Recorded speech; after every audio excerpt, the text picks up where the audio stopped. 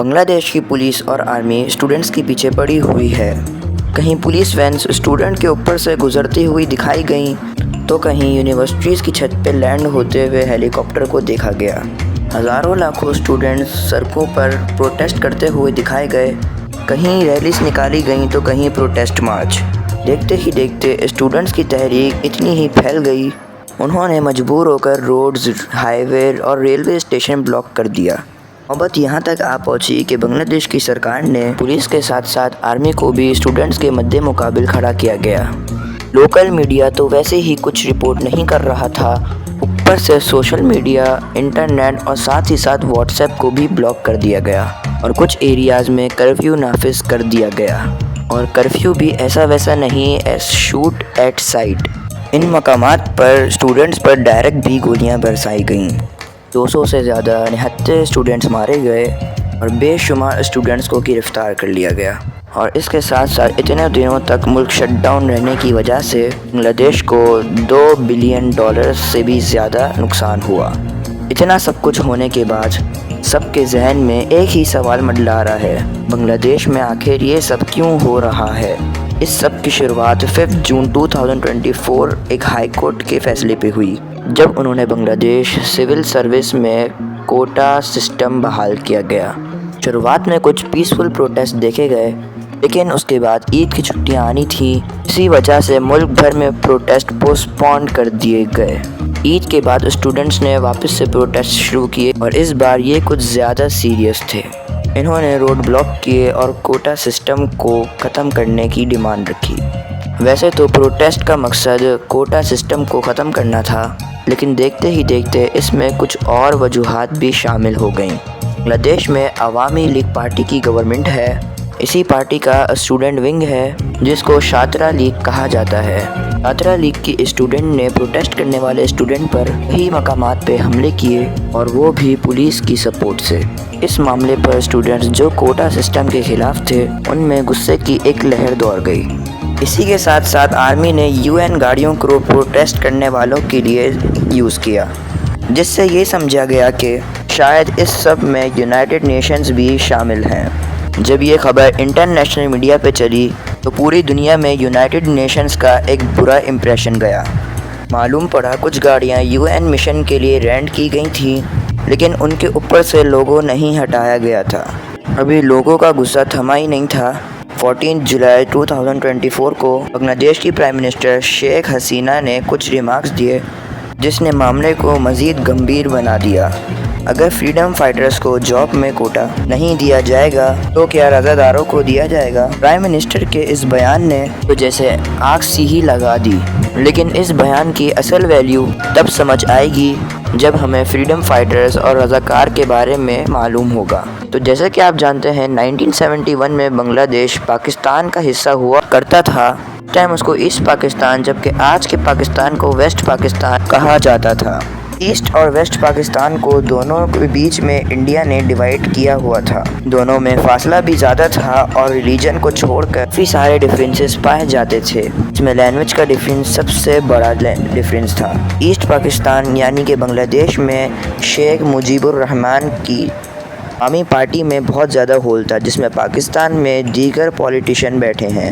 اس وقت پاکستان میں martial law لگا ہوا تھا، اور جنرل یحییٰ خان جو اس وقت چیف مارشل لاء ایڈمنسٹریٹر تھے، ان کی ذمہ داری تھی پاکستان میں جنرل الیکشنز کروانے کی۔ اس الیکشن میں ایسٹ پاکستان عوامی لیگ کو کافی کامیابی ملی، جنہوں نے ایسٹ پاکستان کی 169 سیٹس میں سے 167 سیٹس کو کلین سویپ کر دیا۔ پاکستان کی نیشنل اسمبلی کی ٹوٹل سیٹ ہی 300 تھیں، میں 167 یعنی کہ آدھی سے بھی زیادہ سیٹس عوامی لیگ لے چکی تھی، جس کا یہ مطلب تھا عوامی league national assembly of Pakistan کی اپنی گورنمنٹ آسانی سے بنا سکتی تھی۔ پر اس وقت کی ملٹری شیپ ایسا نہیں چاہتی تھی، جس کے چلتے ایسٹ پاکستان میں سول ڈس اوبیڈینس میں تحریک چل پڑی۔ 7 مارچ 1971 میں شیخ مجیب الرحمان نے اسپیچ میں پاکستان سے علیحدہ ہونے کا اشارہ دے دیا۔ 23 مارچ کو پہلا بنگلہ دیش کا فلیگ کافی گھروں پر لہرایا گیا۔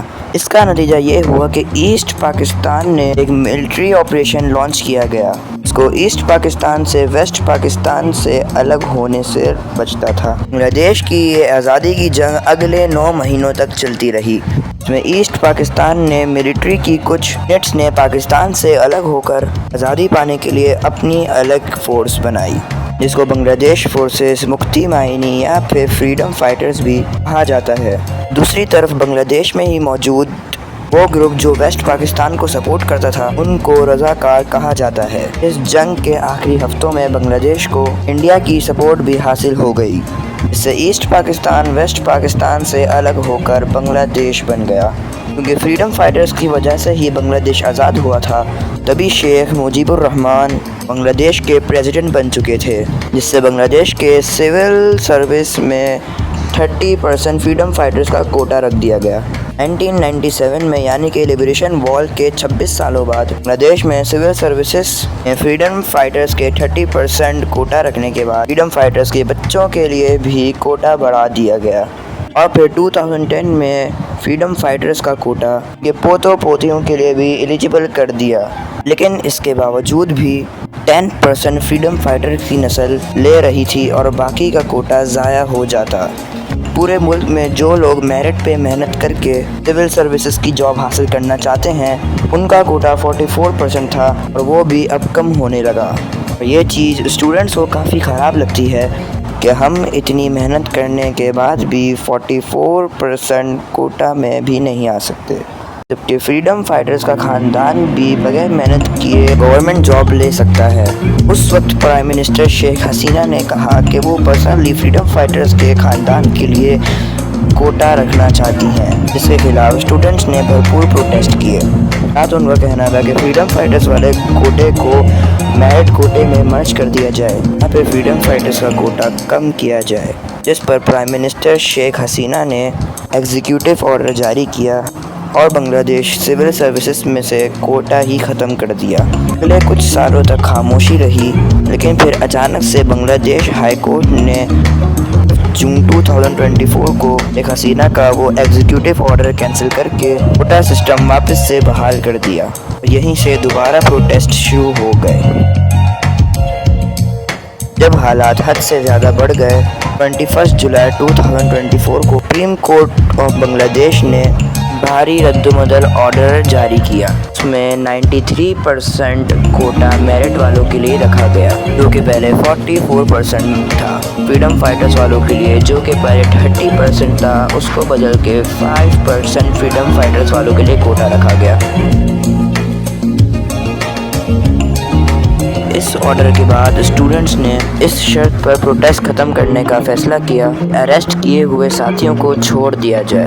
جن علاقوں میں اسٹوڈنٹس کو مارا گیا، وہاں کی گورنمنٹ آفیشلز ریزائن کریں۔ فی الحال جس وقت بھی یہ ویڈیو بن رہی ہے، اس وقت تک اسٹوڈنٹس کی ڈیمانڈ پوری نہیں ہوئی، لیکن گورنمنٹ کا ماننا ہے کہ کافی حد تک سچویشن کنٹرول میں ہے، اور اب واپس سے mobile service, internet, social media واپس سے کھولی جا رہی ہیں۔